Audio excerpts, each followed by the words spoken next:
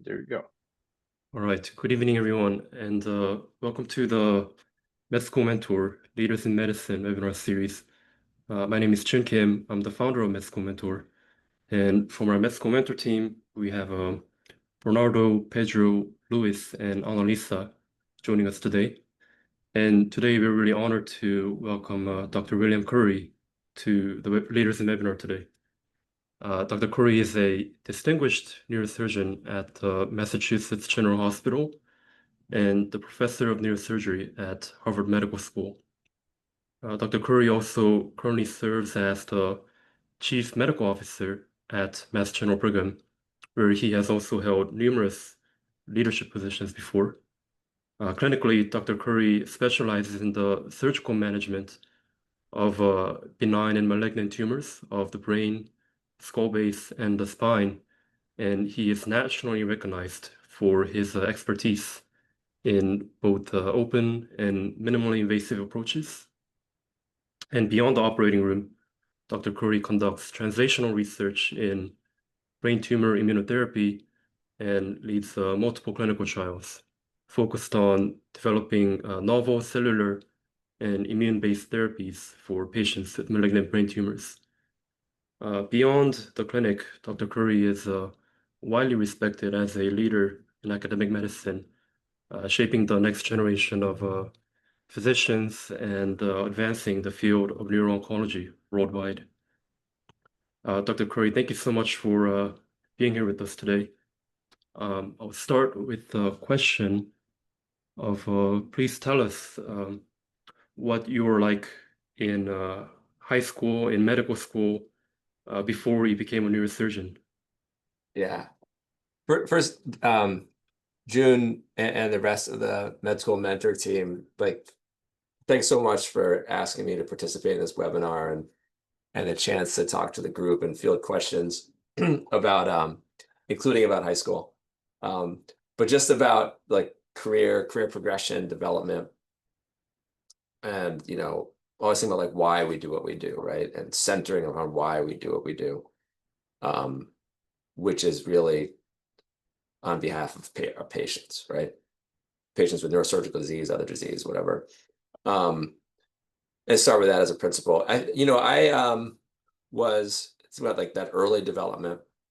I was really lucky to have exposure to medicine and academic medicine because my dad was a surgeon, general surgeon in New York, where we grew up, and he just loved it. He loved treating patients. He loved his relationships with his patients. He loved the community of providers, so his physician colleagues, the nurses that took care of the patients. I could tell he really got a bounce in his step anytime he was near them, and he was super gratified by the opportunity and the privilege of taking care of people,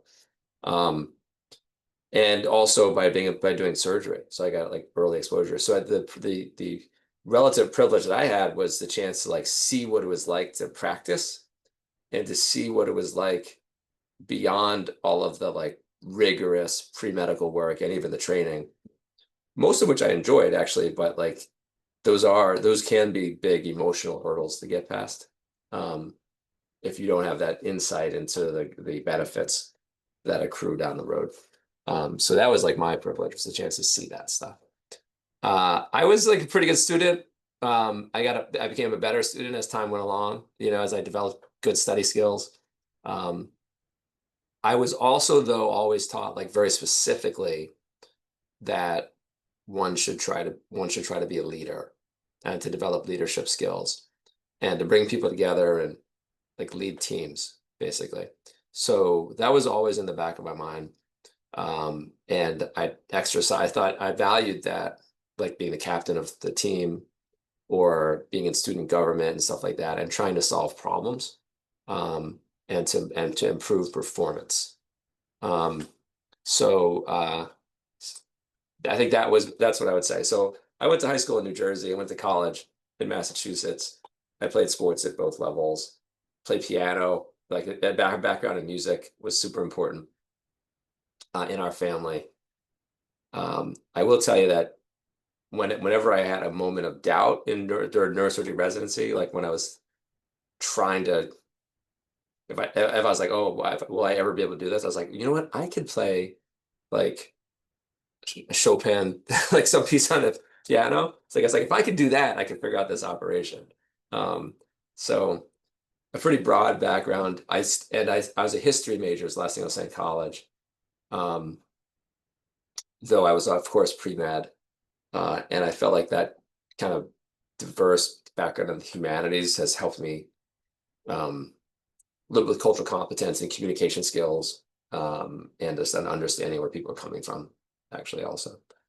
I went into medicine for the opportunity to take care of people, and I developed a translational research career as like a second thing when I saw the some of the, and I went into neurosurgery when I saw that like some of the challenges, like the clinical challenges, were not being met by our current understanding of science. And so that it was like a patient focus, a patient outcome focus that drove me into scientific inquiry, rather than the other way around. Either way is fine, but that was just my own pathway. That is incredible. I guess then I would love to ask you a follow-up question on that. And so you mentioned you had a very nice exposure to the field of medicine before going to med school, and then you went into residency. And ever since then, being in neurosurgery, I guess my next question is, how has your approach to medicine changed throughout your career? Yeah. What practice? Yeah, sorry. Yeah, so just for time reference, I graduated medical school in 1997, finished residency in 2004. So I've been practicing, since then. If I start with what my practice is like now, and again, I do mostly neuro-oncology and skull-based surgery, it would be nearly unrecognizable compared to the way I trained and how I practiced as like a young attending. Neurosurgery is awesome. Neurosurgery is such a great field. It's so technology enabled. The people in the field are really ambitious about change. And that while you might not recognize it as it's happening, like the field actually evolves really quickly. Macro view, like the operations that when I trained on them in the year 2000, that might have taken us, experts like 5 hours, 6 hours, we do in like an hour and a half, 2 hours now. And the field should evolve like that, right? That's not saying that we're like better surgeons, better people. It's just the field evolves. We learn from the people ahead of us, and then we try to continuously improve all the way through. So an example would be, the most obvious example would be in skull-based surgery and the field of endoscopic skull-based surgery, whether it's transnasal or posterior fossa or whatever. That was like, I was really motivated by when I was a senior resident, I went to a meeting, the American Association of Neurological Surgeons meeting. I forget where it was, but I saw a presentation by this guy, Pablo Bianco, from Naples. And it was like the first time I had seen videos of the endonasal resection of a craniopharyngioma, which is one of the hardest things to take out of those days. It was hard because of its location behind the optic nerves, pushing up into the hypothalamus, third ventricle, hard to reach. You have to retract the brain. The line of sight isn't that good. And the idea that you could do that delicate level of microsurgery through the nose just like blew me away. I remember being like almost emotional about it. And I was determined to be part of that. I was a senior or chief resident, to be like part of like the vanguard that brought this forward. And worked with my colleagues in ENT. We learned it, refined our skills for a couple of years. Then we were amongst the early leaders and like doing this most of the time, actually, for benign tumors, malignant tumors, meningiomas, et cetera. I learned a lot of great lessons, but the point is, like, we were able to do that because of technology, and teamwork, and frankly, courage to do stuff that we hadn't been taught specifically to do. But careful application of lessons learned along the way, and like really building the skills and not taking on too much before we had some fundamentals done.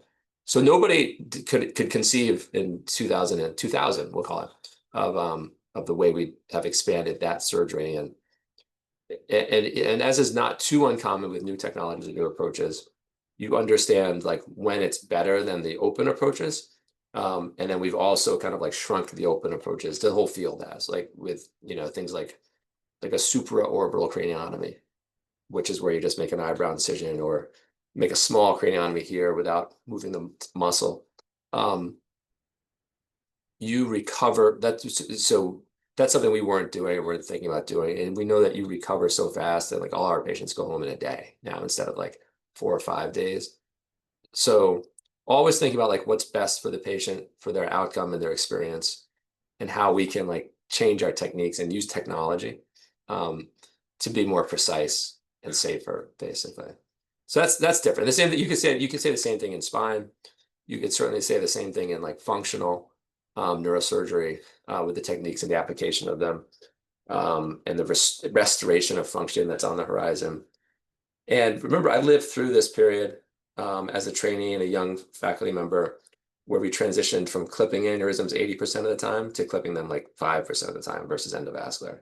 So dramatic changes. Where we have not seen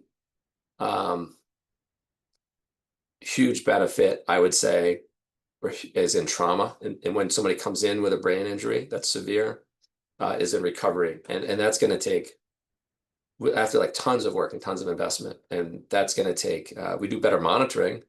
We can manage intracranial pressure, and if we have a chance, like to manage achieve the best possible outcome, but the best possible outcome isn't always that great. So lots of room to go there. And in cancer, we're just starting to scratch the surface of improvement, I would say, in brain cancer. So I think that answered. That probably didn't fully answer your question, but parts of it at least. That was perfect. Thank you very much. Thank you for that, Dr. Curry. I'd like to say that we are truly honored to interview such an incredible physician like you. Thank you for this opportunity. You're welcome. So my question is that in the beginning, collaborators often feel the enthusiasm of joining new projects, but over time, sustaining excellence requires discipline and long-term commitment. So in your view, what qualities are most important for a leader to build and maintain high-performing medical teams across all the journey? Yeah. Boy, I tell you, that's a really good question. And I can think of more than a few applications and experiences. I'll start with what I do now. I'm still a surgeon, I still operate, I still lead clinical trials. But I think, as you had mentioned, I am the chief medical officer and of what's called the academic medical centers at Mass General Brigham. So Mass General Hospital, the Brigham and Women's Hospital, Mass Eye and Ear Infirmary, which is a specialty hospital, and Brigham/Faulkner. So what I do there, my responsibility is, probably the one that's most evident is quality and safety and performance, our outcomes, basically. And so in that role, I have teams of physicians, APPs, nurses, like distributed throughout the departments in the hospital. And when we identify a performance improvement need, it is all about clarity. That's the answer in a word. This is like clarity, and more clarity about what your goal is and the strategy, the work together to come up with a strategy to improve an outcome, whether it's mortality or infection prevention, identification of sepsis, right? And usually there's evidence-based ways of improvement, but you've got to be relentless about it, right? You've got to be like, this is our goal. It's our priority. It's where our resources need to be focused because there aren't unlimited resources, right? And it's decision-making. And then everybody has to get aligned. And that's the leadership piece, is like saying why we're doing this and then aligning everybody and then keeping everybody focused, because it's just hard work, right? You said it requires resilience, which is a character trait, basically. But it's also something you can build structurally in an organization. And it's focus, right? It's like every day, how I motivate myself is I'd be like, put my 3 goals up on the wall and then think like, what have I done today to try to get towards this goal? Now that from an individual standpoint, that could be a training goal. right? Right, when you're a student or trainee, or if you're a student, that could be like, oh my gosh, I need to get the highest possible performance on this rotation or this class, right? Like biochem was not easy for me. So it's just like, what do I need to do today? This day can't go by without me trying to improve at biochem or understand some concepts of biochem. This is stuff I tell my kids too, by the way. Or we're trying to improve mortality rates, in our hospital. And I'm like, what have we done today, right, to be a little bit better at keeping people alive when it's appropriate. In the lab, it's like the lab is the hardest, actually, honestly, like research, because they're like resilience, like, and commitment. It's a combination of resilience, commitment, and whatever the flexibility or the lack of stubbornness. Like, you've got to be committed to your goals, but be flexible enough to change course when something's clearly not working. It's easy to go down a rabbit hole of like trying to force something to work, but it just isn't. And the last thing I would say is the collaboration. That's really important. It's like, you're not going to do it alone. You might be the leader, but you got to be open to everybody else's input. And once the goal is set, the goal is the goal. But how to do it, you got to be open to everybody's input. And 2, 3, 4, 5 heads are better than one. Yes, and I remember that in the Lenox Hill TV show, Yeah. Dr. Langer says that the hard stuff, it's not neurosurgery, it's dealing with people. And and then I ask you, what do you think it's the most important skill you look for in leaders, like, because you keep yourself straight, it's easy. The difficult is keeping other people moving on and keep other people straight. That's what like separates a great physician from an excellent physician and leader. So what do you think is this characteristic, the main characteristic that I think separates it's honestly, I think it's a good question. And people have different strengths, but I do think it is some combination of being able to set a goal, setting an ambitious goal, and then having the communication skills to get everybody to communication and social skills to get everybody to join you, actually, in the pursuit of that goal. And that's where the clarity comes in. And the clarity is not just the description of the goal, but like why, right? And that's why medicine is so great, because you could lean on the why of that. It's like best for your patient's outcomes, right? Whatever that goal is, it's like that's what I think. It's like we can pick a North Star that is best patient outcomes. And that might be embedded in like experience. It might be embedded in safety. It might be efficacy, like in like the rate at which you get the tumor gross totally resected, right? Or some other outcome, whatever it is, like restoration of function, right? Or honestly, like a comfortable death, like if that's the course of the disease. But whatever it is, it's like the patient-specific goal, and how do we deliver that as a team together? So you have to take yourself out of the picture. It's like about what your goal is, as opposed to like yourself as a leader, and having a little bit of the social skills to communicate that at scale and one-to-one. People got to believe you is what it comes down to, and believe that you're doing it. So that's the example piece is important. Thank you very much.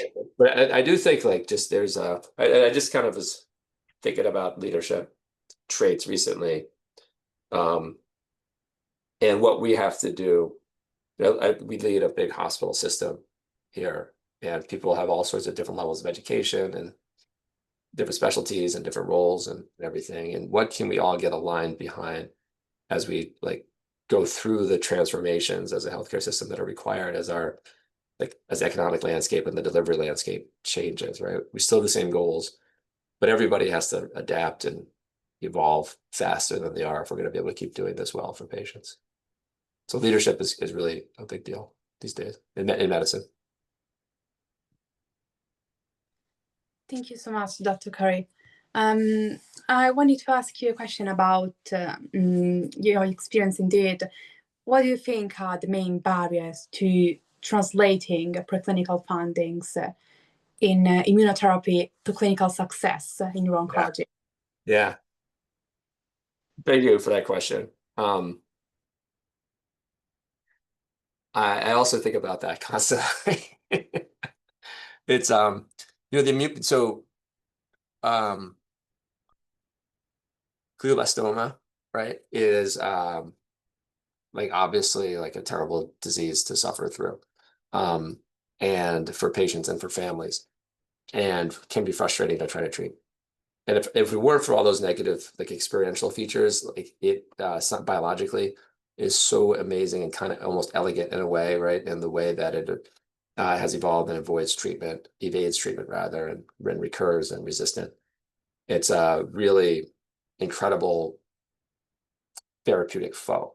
Okay. And I think, there was excitement in the cancer, like the immunotherapy cancer treatment field changed dramatically for the better in about 2012, 2013, with the clinical introduction and in phase 3 trials of checkpoint inhibitors, right? Of anti-CTLA-4 and anti-PD-1. And I was actually studying those in the lab in those days. And before that, I was doing a postdoc at the Dana-Farber with a group there. That was really good. So we saw it coming for those diseases, right? So for melanoma and lung cancer and head and neck cancer, ultimately like renal cell carcinoma, those were the early ones. And in neuro-oncology, what was missing was like a rigorous study of how those tumors were different than those other cancers before going to a massive, large-scale, industry-sponsored phase 3 study for the combination of CTLA-4 blockade and PD-1 blockade, and then PD-1 blockade alone. And then you end up with like a 7-8% response rate, and the field essentially like goes away, right? Now, we also know that glioblastoma and other high-grade glial tumors are like incredibly immunosuppressive, right? Like more than any other cancer, both in terms of like the local tumor microenvironment and systemically.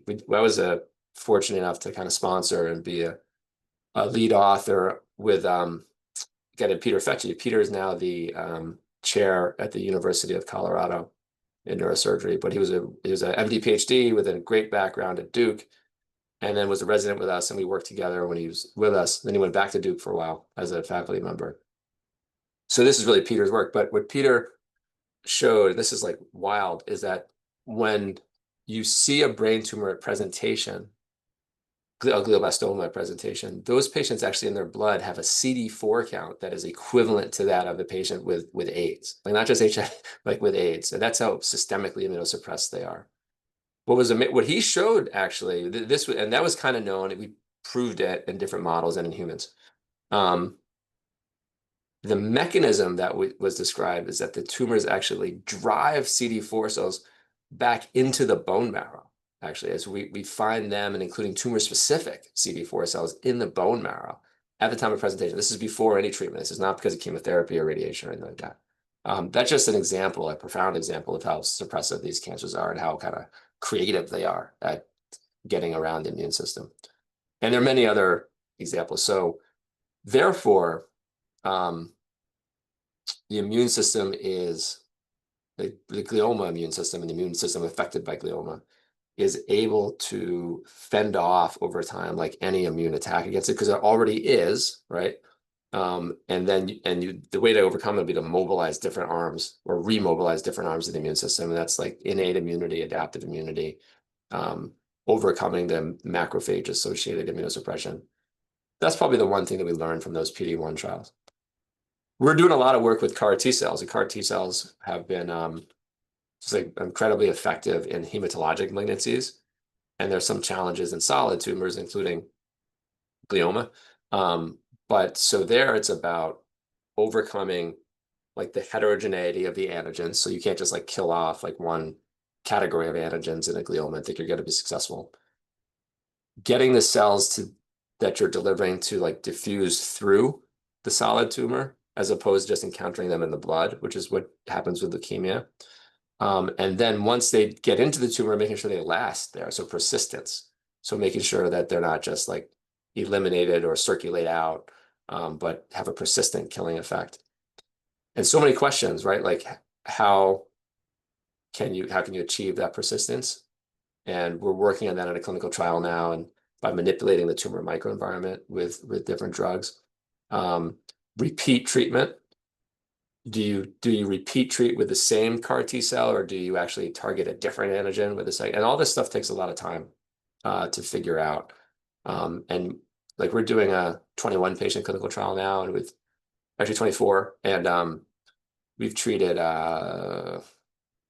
15, and we've learned a ton. But we learn a ton with each patient and each time we treat a patient, which can be multiple times. So I think that, you know, to answer that a personalized approach is necessary is like the easy thing to say, but also like fairly impractical, honestly, right? Like we're going to need to find some common bullets, and then modify those bullets once they're in the patient's tumor, I think. But to say, you know, we're going to sequence every single patient's tumor and come up and then screen like a bunch of treatments, like that'll never be done because of cost and value, I would say. So it's a great question. That was an okay answer. My real answer is in glioma, like before subjecting something to like a huge industry-sponsored clinical trial, try to understand the basic mechanism underpinning like resistance, actually, and go from there.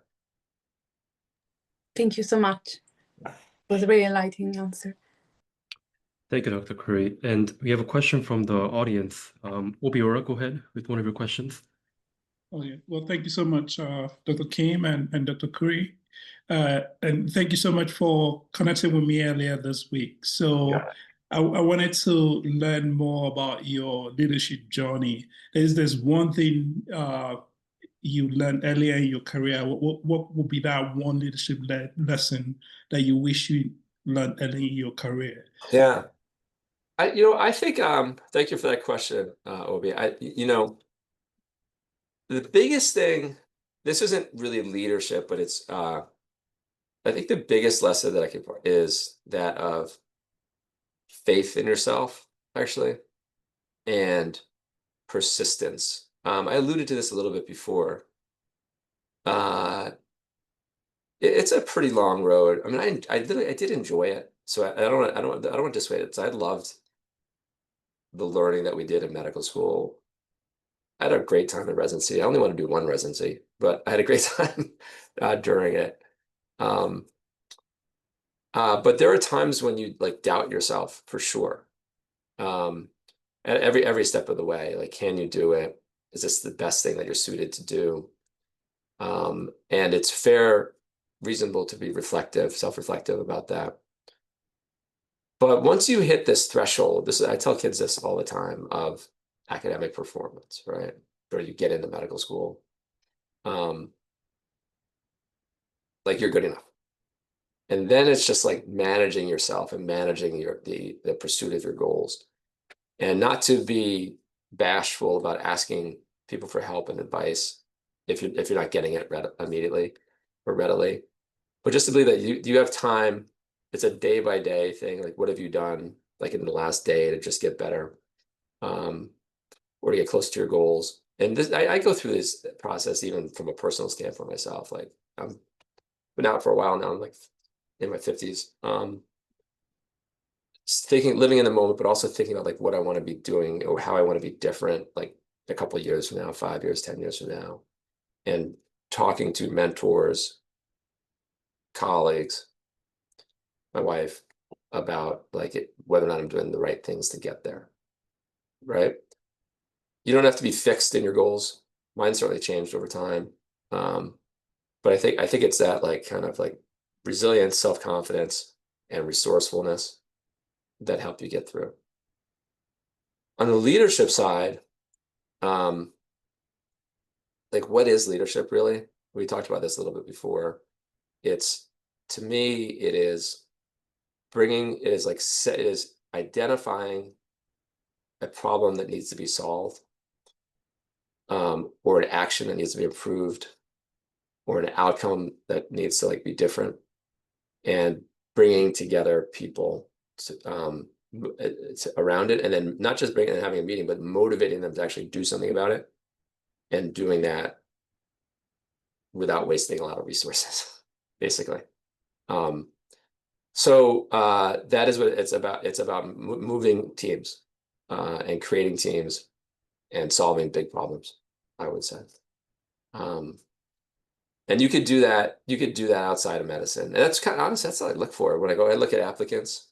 I look for that ability, right, or that history of doing something, believing in something that's like a little bigger than yourself, right, and leading other people towards it. That matters. And that's what I tell them, by the way. You guys are old. I have teenage kids. That's what I always tell them, if they want to look good in their application. But if you got to care about the thing, because it's a lot of time. Awesome. Thank you so much, Dr. Curry. I'll add one more thing, since this is like a medical audience. It is like really important. We talked about leadership. We talked about to be a great clinician, to do everything you can to yourself be a great clinician. Because A, we owe it to our patients and our institutions. And B, I think it's pretty hard to lead clinicians if they don't regard you as an excellent clinician. I just believe that. So as I build a team around here in my office, chief medical office, I definitely bias towards people that are great clinicians, because they know what it takes to like actually perform and to dedicate. And we can all do it. It's just you got to choose. You got to decide that you want to do it and learn, teach yourself, and avail yourself of the resources around you. Thank you, sir. I guess then a follow-up, you mentioned the clinical trial that you are, I don't know if you were referring to the incipient one. I read a little bit about that. That was, I am, yeah. it's very fascinating work on CAR T cells.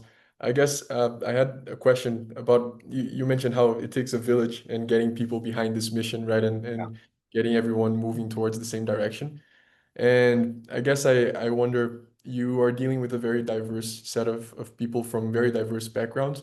You have the medically inclined, the people who, I guess, develop a bit more of a thick skin in terms of dealing with clinical outcomes and things like that. And in a field like when studying GBM, which doesn't necessarily have some very easy to deal with outcomes.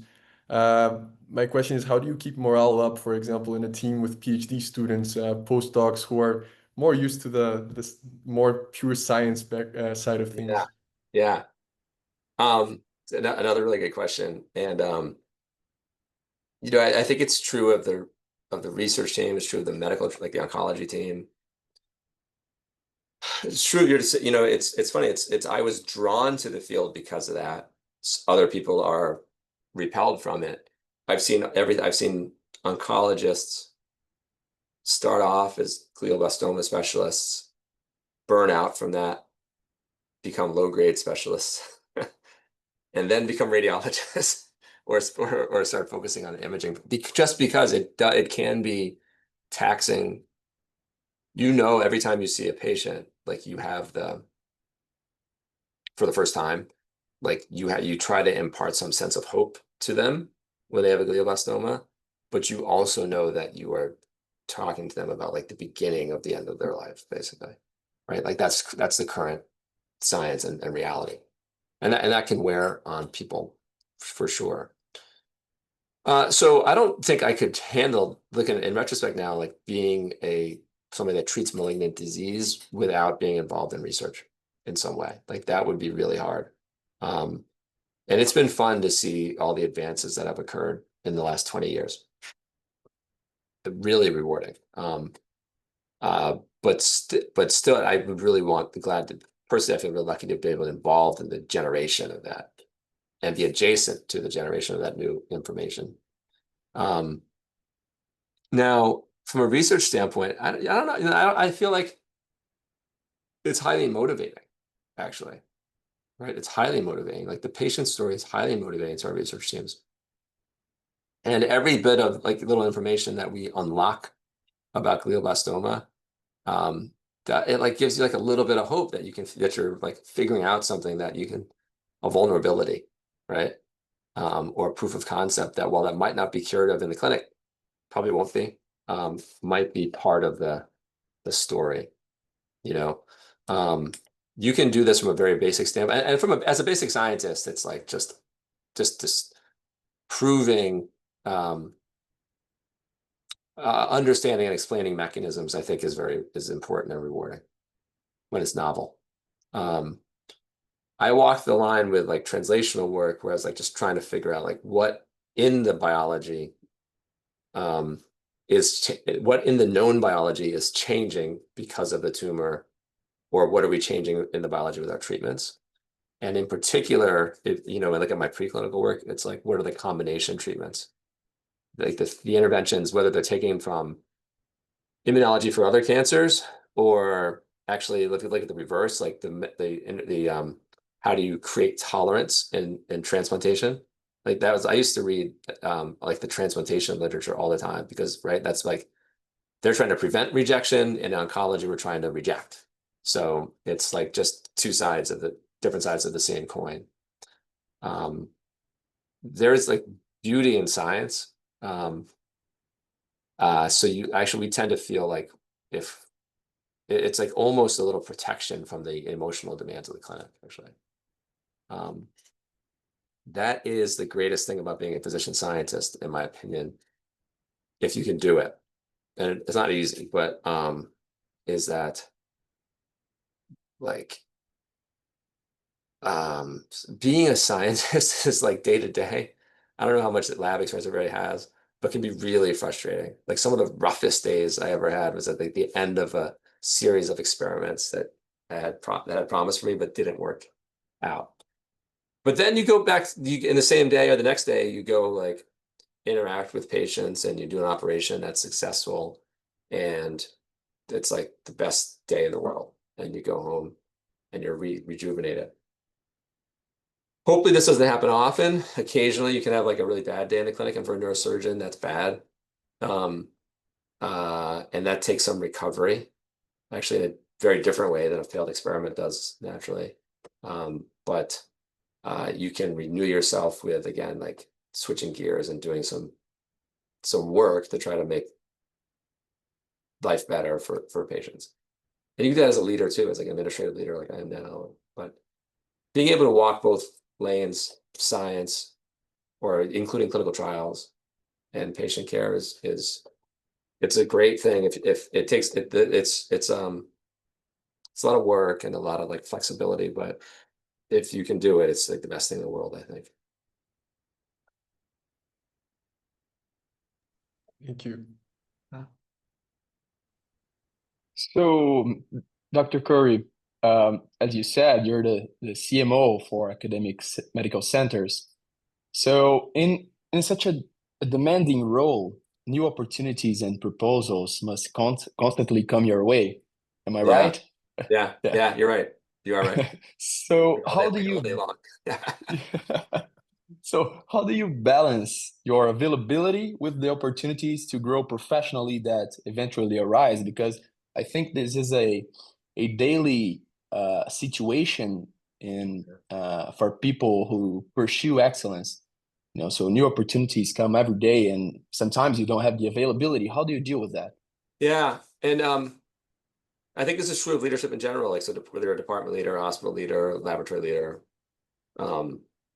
executive at a company, and it's kind of the way a medical center or an academic hospital differs from like the university necessarily, right? Where, you know, we are also a business, like, right? Like we don't have a huge endowment, right? Like a university does. We have a margin that we have to achieve. We have efficiencies we have to generate. And part of our mission is, we have basically a fourfold mission, which is best patient care, like highest end patient care, innovation and research, so discovery, right? Teaching, so we're like educating and training like the leaders, future leaders of medicine, and then supporting the community out, like the communities that we serve that are around here. So that's, and built into all those things are their sub headings, like making sure that our like defining quality care as including being equitable, for instance. But we will support anything, or we will make decisions amongst anything that like supports those missions, right? And like brings real value to those missions. And how do we distinguish ourselves? Like we decide like how is our medical system in this hospital? I'm at the Brigham right now, actually. Or at the Department, how is this going to help us be the best at what we do, right? And that is to say, like, while we are do tons of research, more NIH funded research than any other hospital or system that exists.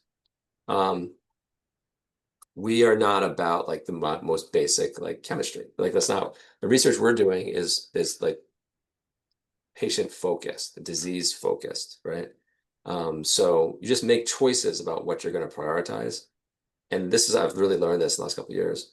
You go all out on those, raise money around those, support people, and then you just like go for it and go for absolute leadership. You have to be careful about like dabbling, right? Or supporting every last thing that is proposed to you. Because that can be really distracting because there are limited resources. And in medicine, American medicine, they're becoming like more and more limited all the time, taxing our business model and making us be innovative and thinking about like new approaches to managing finances, basically. Because the priority is the mission, right? In all parts of that mission, and we don't want to sacrifice mission because of financial mismanagement, which is like, you know, if you have tenure at a university, you can do whatever you want, right? Or if you have an idea and you're a law school professor or a professor in immunology, you can just like go down this little rabbit hole as long as like you're getting some results. That's great because it's like knowledge for knowledge's sake. But that's different than in our environment, and that's how I think about what we support. The other thing, by the way, is you got to recruit, identify. You know what's the best thing? Maybe what I'm best at actually as a leader is identifying awesome people. You got to just like identify who's really in it for the right reasons, who has the right kind of intellectual and emotional tools to get stuff done. And I've been really lucky to have like great, like Peter Fecci I mentioned, and Brian Choi, who's kind of like the scientific mind behind incipient, whereas I'm the PI of the study. Identifying those people, putting them together with other great people and letting them run. But so that's kind of how I think about it. It's like, where's this really going to go? And is it consistent with our goals? And who are the people? Yeah. Right.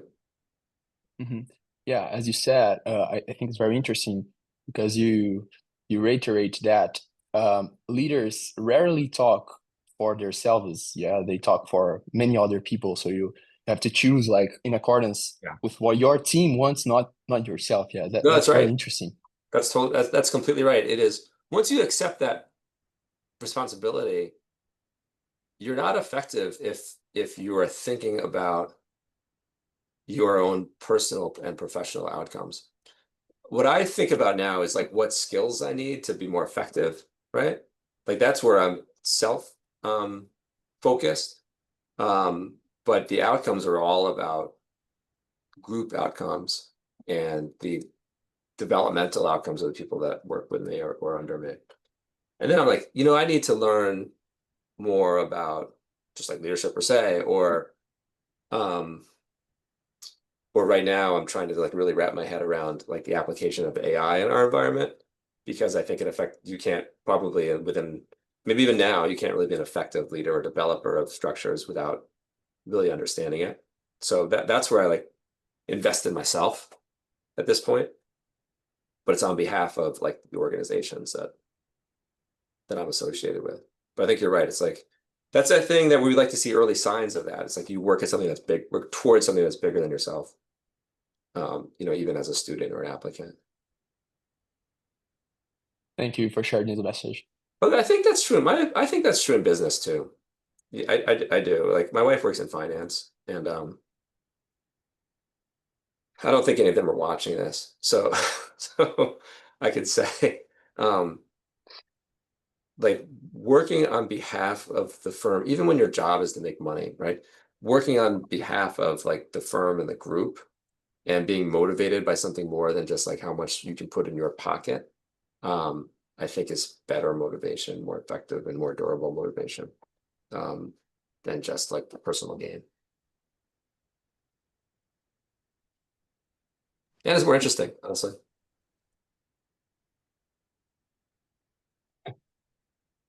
Go on, Elisa. Thank you. Thank you, Dr. Thank you so much for your words, Doctor. As a previous bachelor in economics and medical student, I can imagine what you meant when you just talked about your wife's path in finance. Yeah. I wanted to ask you, are there emerging subspecialties or research areas within neuro-oncology that you look forward to seeing develop? Yeah. I think that, you know, if so I'll obviously mention brain cancer and tumors in general, and coming up with combination and targeted therapies for stuff which there is not. And I'm really excited right now. We published a paper maybe over the summer on a CAR for meningioma that worked really well in a real meningioma model. And think about it, there's like no medicine really that works for meningioma like at all. So that would be like, you know, it's benign tumor, but it's like there's tons of morbidity and it's very common. So if we could do something that could just like beat back the growth of these particularly aggressive meningiomas, that would be just amazing. So I have my eye on that. And meningioma is a simpler tumor than glioblastoma, right? Glioblastoma has got like an unknown number of antigens, a really complicated microenvironment. So it's actually like kind of doable potentially. The same thing was true. We came up with a targeted therapy for for papillary craniopharyngioma, rare disease, but single driver mutation. A drug existed for it, and we did a case report and then a bigger style, and then got FDA approval for like BRAF inhibitors for papillary. Like that was amazing, and it's like it's just choosing the right target. So there's more stuff like that. Bigger picture in the neurosciences is, you know, this, you guys would probably be, if I asked you this, you'd probably be able to answer the same way. What can we do to like really understand like what the correlates of like psychiatric disease, the physiologic and genetic correlates of psychiatric disease, and intervene there? That is like really debilitating to our country, our world. To restore function after injury, or to predict. I'll use an example in brain tumors. Like people present with a brain tumor, what is really happening with the neurobiology of dysfunction, and then can you predict like the dysfunction that's going to happen with surgery or radiation, and is that going to recover? Can you do something interventional, whether it's like with transcranial stimulation, transcranial magnetic stimulation, or focused ultrasound, or gene therapy, right? To actually to help restore that function, right? I think that is like where the future, we have those abilities. And as neurosurgeons, we have like the ability to monitor, right? And to record, and the imaging the imaging power with resting state functional MRI and tractography at high resolution to like really understand connections and plasticity. And that's where we can go. And so there are people doing work in this, and we need more neurosurgeons learning, right? How to prevent the deterioration of cognitive function with age, or slow it down at least. Like I think that's all at our fingertips actually. And so that's actually from a neuroscience standpoint where I'm really excited, and I think neurosurgeons can make a difference. You guys know what Neuralink is, right? Neuralink, the Elon Musk company that helps restore motor function, basically with like detailed recordings of the brain activity, neural activity, and then going through a processor and then sending that back to the limbs. Like that's awesome. We're about to start treating patients here with that. Like that's the frontier. That's all motor, right? But if you can do that with the senses, right? Vision restoration, but after cortical blindness, like, you know, when you think like, oh, that's a really long way away. Like I said, I was in medical school. I finished college when I was 20, it's 33 years ago. Like I said, like the way we practiced and understood medicine, neuroscience 30 years ago is like, you wouldn't recognize what we're doing now. So I do think it's like at our fingertips, that AI is really going to accelerate it. So that's when I advise people, if they're open-minded, I'm like, going to any of this stuff, but like the real growth opportunity in neurosurgery, I think is in that. I think it's in like functional and epilepsy and monitoring and recording and neurotherapeutics. I think it's really exciting. Thank you so much. Yeah. Sorry. Thank you, Dr. Curry. I guess I had a question that I was thinking about. You mentioned how you play the piano, and that has been a recurring theme in how you approach neurosurgery. And you also mentioned how you have a philosophy of just improving day to day. Yeah, that's huge. Yeah. Yeah. I mean, I might have learned that from piano because I wasn't naturally like very good. But when people say, "Oh, are you good?" I was like, I tried hard. And you do reach a limit in music there, which I did. But I think continuous improvement is the way to keep going. But so I interrupted your question, Pedro. No, that was the. Do you think that translated somehow? Yeah, I do. I think that when you set like short-term goals, right? You might have a big long-term goal. Like let's take when I was a kid, I was playing piano, and every year, at the end of basically the academic year, there would be a competition that our teacher would enroll us in. It was like an audition, and depending upon how old you were or what level you were, what I just remember is you had to play 10 pieces by heart by memory. And I was like 8, 9 years old, and 10 pieces by memory, and then a certain amount of sight reading that they would throw in front of you, and that was a lot, I thought. And but the way you do it, like one line, like literally like the building blocks is like you would struggle on a measure. I don't know if you guys have, and you'd be like, oh, I'm just gonna get through this measure with one hand, and then I'm gonna put the other hand on it, and then I'm gonna get through this line and then this page, and then right in this section, and then it's like letting it build, and you do that all year, right? And then you go from like nothing to this point where you've got like a 10-piece memorized repertoire. And then like your parents are having a dinner party, they're like, "Hey, son, will you play the piano for our guests?" And you're like, "Oh," or you get a good grade or you do well in the competition. That teaches like a lot of discipline. I had great teachers, honestly. I had great music teachers. That teaches you like discipline and performance under pressure, because there's pressure.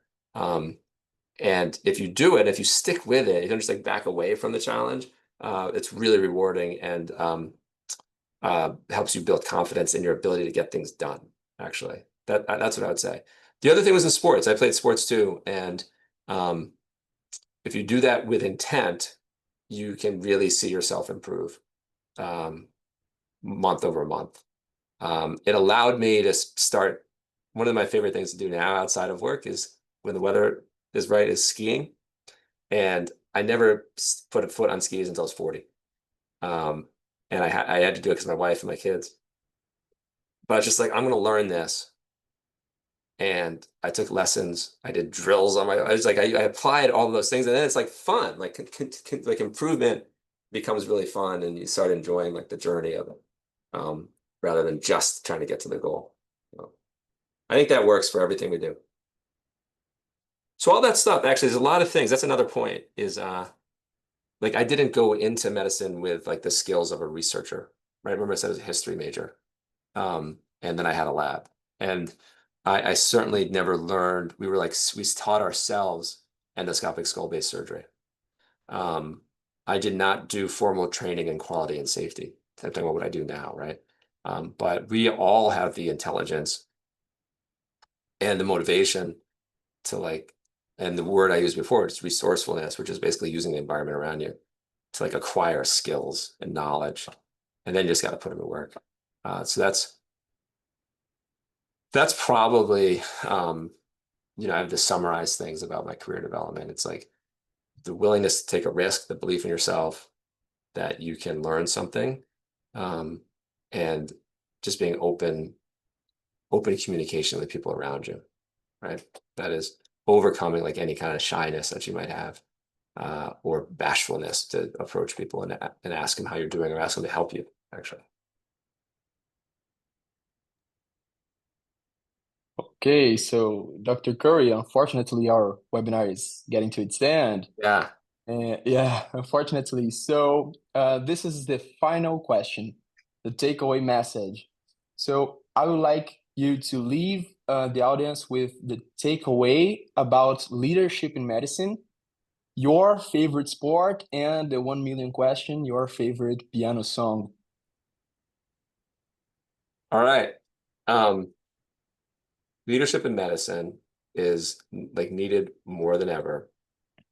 We need leaders that are not afraid of the future, that are actually going to embrace change, and that will feel like we need to change as an industry faster than the circumstances around us are driving us. So we need to acknowledge that the shortness and the changes in resources that are available to us, the complexity of the patients that we see, and we need to think like leaner, stronger, and use technology to our advantage rather than getting behind it. And so the leader needs to be ambitious, goal-oriented, and effective at bringing people along with her or him. All right.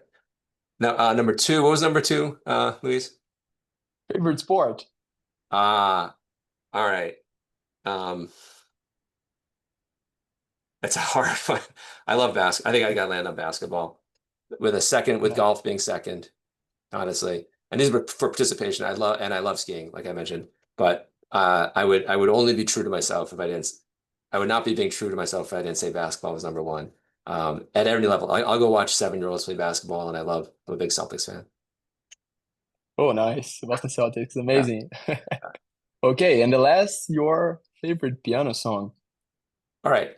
So I think this is fair to say. This counts. So it's a piano concerto, which is Beethoven's Fifth Piano Concerto, and I can listen to that no matter what, particularly the second movement, and like just that'll transport me to a place of like, it's like taking a psychedelic for some people, probably, to like a place where nothing has bothered me, where I only feel optimism, because you know,